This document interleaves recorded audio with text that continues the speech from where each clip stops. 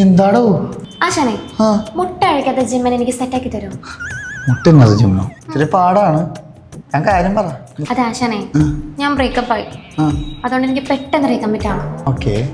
അല്ല അതും ഈ മുട്ട തിന്നണോ തമ്മിൽ എന്താ ബന്ധം? അതെ, ആ ജിമ്മൻ ചിന്തോ അല്ലേ ഡെയിലി 50-60 മുട്ട തിന്നാം.